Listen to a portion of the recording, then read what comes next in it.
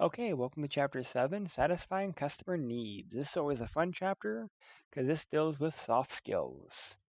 All right, so we're going to be talking about job roles, responsibilities, what technicians should and shouldn't do, how to customize a system based off of the customer needs.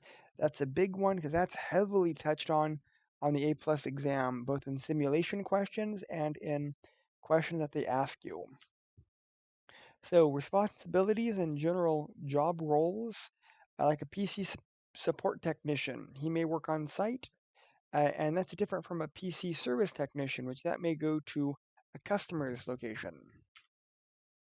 A technical retail associate, again, that could be someone that's working at like a Fry's or a Best Buy, in the front dealing with retail staff or retail front ends. A bench technician may be the guy in the back. He has no interaction with users or clients or anything like that. A help desk technician could just be a phone support person. So they all have very specific roles.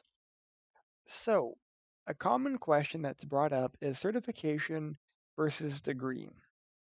So CompTIA has developed the A plus exam, comprised of PC Essentials and PC. Actually, I can't remember their names. It's not hardware software. It's essentially practical and essentials. It's taking basic concepts, and then the other exam is how do we apply them. But these are not to replace a degree. They're kind of helping solidify your stance. For example, when you go to a job and you say, "Well, I have an A plus certification," what does that mean? That means you have the equivalent of so many hundred hours of experience that a third party has verified, has checked. So we trust CompTIA, and CompTIA says that they trust that you have that experience, so that we trust that you have that experience. Other vendors could be like Microsoft and Cisco or VMware. All of them provide certifications. They certify that you have the appropriate level of knowledge for that material. So, record keeping, documentation, actual, all of that fun stuff. That's going to be based off of individual organizations, and it could be things based off of applications, off of software, off of particular operating systems. It's always going to be off of your organization. They're going to dictate what you have to do. Normally, within the documentation process, if we're dealing with help desk, our goal is to fix the end user's problem. So we sometimes have to recreate the problem so we can understand how to fix it. Our records could be digital, could be physical, could be printed. It could be a technical document, could be non-technical document. It could be the manuals for the devices. It could be an online help system. It can be lots of different types of systems. It could be an expert system, could be a help desk ticket system. Help desk ticket systems is a way to kind of track tickets and where they go and who fixes them and kind of what happens. It's a way to document the work as it goes. Here's an example of a help desk ticket. Someone put in a ticket, what the problem is related to, a summary of the problem, maybe even a description. Who was the work assigned to? When is it due by? Is there a category? We do this so that we could organize things in such a way so that we could make sure that they're getting done. We could track if they're getting done. We could maybe assign it to a different user based off of due date. Common traits for a good technician could be a positive and helpful attitude, listening, proper and polite language, the sensitivity to the different cultural differences, taking ownership of a problem. Lastly, dependability and reliability. I've never ever been asked questions on these traits. These are more just common, you should know type traits. So, other traits could be credibility, integrity, honesty, and know the law with respect to the type of work that you're doing. Lastly, groom yourself. Do you look appropriate? Do you behave appropriate? Are your clothes clean? Are they ironed? Do you smell? Is your hair greasy and nasty? So we have to make sure. We have to stay safe. We have to keep others safe. We have to make sure that we're presenting ourselves in a professional manner. So if we're dealing with technology, we could be dealing with things like electrical equipment, and that could be fire or shorts. That's the case, go and unplug things. Other dangers could be things like chemicals or trip hazards or heavy equipment or sharp edges that could cause cuts and nicks and things of that nature. We need to plan for good service. We need to make sure that we're planning to be successful. We need to make sure that we're doing a plan that covers from the very beginning to the very end to make sure that we're meeting the customer's needs. So the initial contact with the customer expects both the technical and interpersonal skills that the technician should have, meaning the technician should understand how to interact with people, not be rude, not be disrespectful, but the technician should also understand the urgency of the situation, should be able to listen and ask questions, should be friendly, should be clean. If we're doing it a phone call, again, there's etiquette for phone calls. Maybe identify yourself and organization, ask who we're dealing with, document who we're talking with and what's going on with that. Make sure that we're talking to the appropriate person. Also, make sure to be familiar with your organization's policies. Make sure to keep it open-ended so that the client can describe the problem, but also that you're friendly enough so that the client has no problem asking questions from you. Ask open-ended questions like, what error messages do you see? When did the problem start? What programs were you using? Have you recently moved the computer? Things of that nature. Sadly, these may seem kind of simple, but they're the big thing. Is there power or is there a power outage? Has there been a thunderstorm lately? All of those are very important. I've dealt with several users that called in for no internet because they were on their laptop and there was no power in their building. But their laptop had power, so they wanted the internet. It's like, but your cable modem is ran off of power, so no power for the modem, no internet. And we argued because they were very big with the, well, my laptop has power, and having to tactfully communicate with them so that they understood that their laptop had a battery was a problem. Maybe changes in hardware or software. Maybe ask them to reproduce the problem. So after we've interviewed the user, if you do not understand what the customer is telling you, ask more open-ended questions. Try to recreate it. Try not to assume anything. Be tactful. Use diplomacy. Don't be rude. Don't be disrespectful. You want to make sure that you're meeting the customer's expectations and you're exceeding them. If the opportunity arises, maybe ask the customer if they'd rather have it replaced or repaired. Maybe you have to pull the unit, but ask them, hey, I can repair it here, but I may take you off your desk for X amount of hours, or I could pull the unit, do the work at my office, and return it to you. Help them make the decision. That way, you can build that connection with them.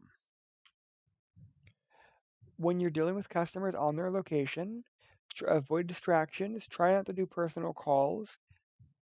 Don't be rude to them. Keep your tools close together. Make sure that you're not cluttering up their workspace. Make sure to be maintaining policies, especially as it's related to confidential material and your organization. Don't kind of take over the mouse and keyboard without asking permission. Be respectful of them. Accept personal inconvenience to accommodate the user's urgent business needs. Again, you're there to support them. So if they need to be able to work on their desk, you can't work on their desk. You have to make sure that you understand that they're the client. When we're working with someone on the phone, way more interaction because you have to be able to visualize the problem and their needs. You have to be very patient. If you're dealing with being able to call back someone, you may have to call them back, and that means they may be irritated. You may not want to eat or drink while you're on the phone because, again, they may be able to hear you. Make sure not to place callers on hold for an extended period of time. Make sure that you can speak clearly and try to stay upbeat and positive. How do you deal with angry customers? You have to be very tactful. Be specific with your instructions. Follow along with your own PC to make sure that they're meeting the same steps. Like if you tell them how to access control panel, maybe you do the same steps yourself so that you can make sure that they're getting it. Make sure to be very patient. At the same time, if they're getting abusive, you can always escalate it to a manager, but do that as a last resort. Compliment the customer. Try to keep them calm. Try to calm them down if they're upset. Maybe you might have to have the customer call you back with an additional person on their end. For example, if there's a language barrier, you may want to tell them, hey, can you have someone with better English call me back? I've had a few of those calls.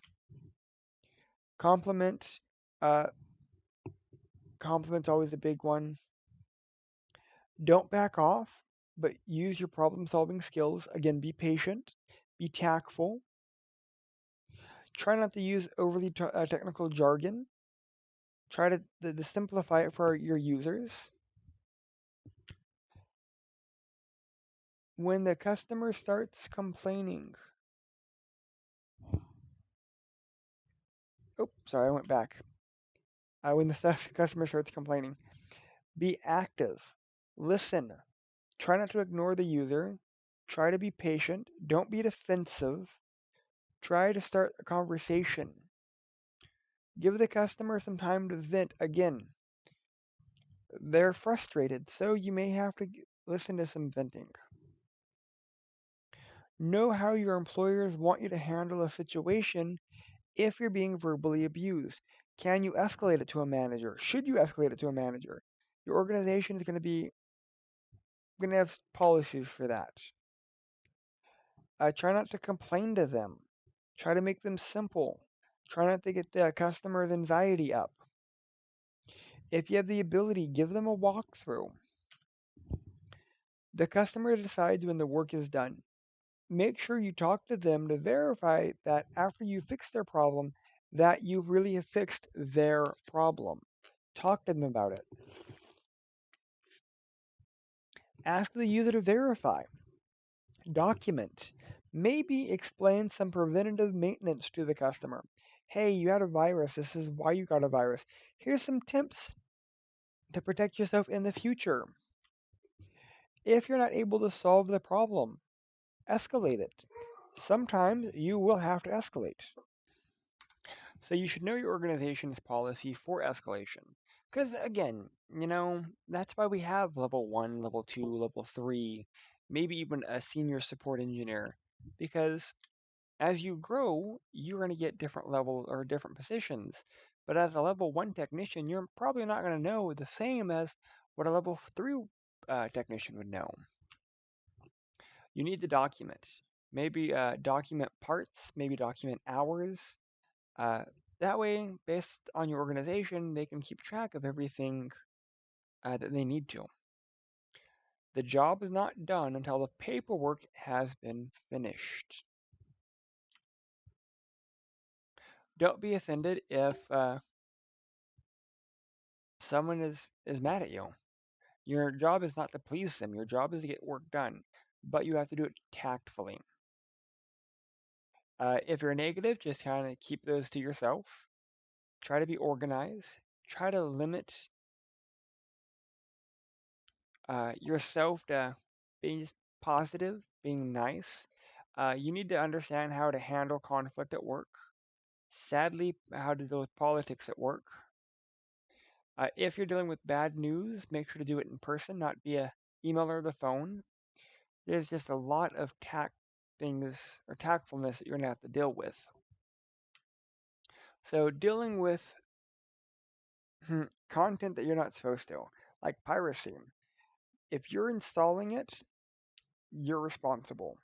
Organizations will have a code of conduct for what can and cannot be installed, and part of your job as a technician is keeping track of licenses. That way, the organization is not using pirated software. You cannot use illegal software, and you know it's illegal if you've read the terms and services. For example, Microsoft Security Essentials cannot be installed on a business if they have more than 10 computers. You have to go to the paid version of it. Now, do they track that? No. But if you're found out and you're caught, you're responsible for it. And sadly, a lot of organizations do use Microsoft Security Essentials because it's free, but it's not free.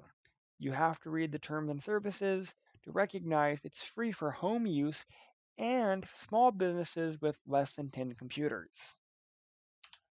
That's always a big one because that happens quite often. You need to make sure to go through the appropriate channels if we're dealing with infringement. If you think that you're dealing with pirated materials, you have to go to the appropriate process for your organization. If nothing gets done, then maybe have to escalate it to the appropriate authorities.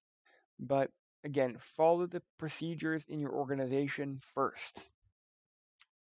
All right, moving on to the big one. Customizing computer systems based off of user needs. This is huge. On the exam, this is something you have to know. Meet application requirements. Consider specific hardware that applications may need. Maybe look at things like balancing functionality and budgets. All right, let's look at a graphic or CAD/CAM workstation. These are graphically intensive applications. They use dedicated hardware. They perform more complex calculations, and so they may require faster equipment, more memory, and better video cards. So the requirements for a high-end workstation will probably be a higher quality processor with lots of memory, a very powerful multi-core processor, fast hard drive with plenty of space, maybe not the fastest hard drive, but fast, and a high-end video card.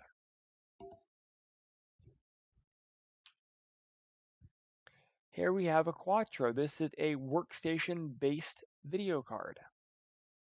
This is going to cost, at the time this was done, $4,000. And even today, we have a Quattro M6000, and it's $5,000. So, workstation items are more expensive. Audio and video editing. Normally, this is going to be a better quality motherboard, similar to the motherboard for a workstation, at least a high-end processor, a good amount of RAM, a so-so video card. Doesn't have to be the best, but this should also have the double-sided DVD player and one or more fast and large bulk storage hard drives. Virtualization, that's going to be one physical machine that hosts multiple machines. This is going to be the largest processor, the best processor you can get, lots of RAM, good amount of storage, probably not going to have a dedicated video card. Or this will probably use built-on video because these are not going to be made to handle video processing. Gaming, it's going to be a combination of everything. Normally better processor, better motherboard, better memory, better video card, best storage. Here's a few examples. This is all fairly old, but I mean, normally you're dealing with i7s or above. Home theater. These are going to be a quieter PC, so maybe not the fastest processor, because fast normally equates to more heat, more fans, more noise. So this might be an i3 or an i5. This will probably be quieter storage, quieter components, maybe not even dedicated video, maybe built on video. Here we're looking for probably a TV tuner, because they're going to be doing TV or satellite inputs. Home server. It's going to have a decent processor. Maybe not the fastest, but maybe a decent one. Probably a network card. Maybe looking at things like additional USB ports, because it's going to share lots of USB devices. Just in case we're not sure, if we've never seen one before, here is a dual PV tuner.